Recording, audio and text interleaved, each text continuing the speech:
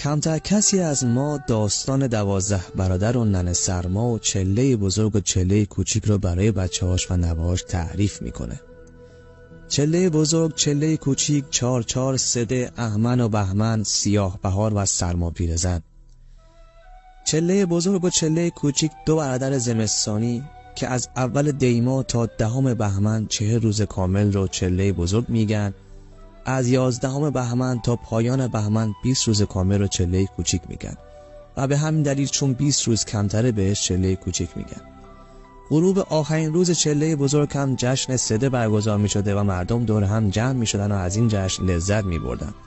در نهایت با برپایی آتش و خواندن شعر و پایکوبی به دور آتش سده رو جشن میگرفتن که همه ساله در شهرهایی مثل کرمان 10 بهمن جشن سده رو برپا میکنن. به 4 روز آخر چله بزرگ و 4 روز اول چله کوچک هم چار چار میگن.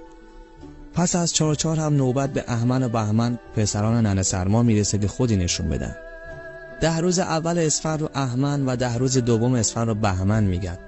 این 20 روز ممکنه انقدر بارندگی باشه که این 2 برادر به 2 چله طعنه بزنن و قدیمی‌ها در موردشون شعری میخونن. اهمن و بهمن آرد کن 100 من، روغن بیار 10 من، هیزم بکن خرمن، عهده همه با من. میمونه 10 روز آخر اسفند که 5 روز اول سیاه بهار نام داره و شعری در موردش زمزمه میکردن. سیاه بهار، شب ببار و روز بگار. از این شعر هم مشخص میشه که در این ایام شبها بارندگی فراوان بود و روزها کشاورزان مشغول کشت و زراعت بودن.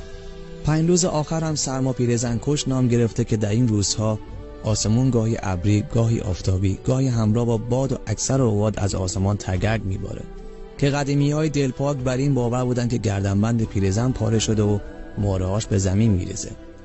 به راستی که حیف بچه‌های ما اینا رو نشنون و این قصه از صفحه روزگار محو بشن.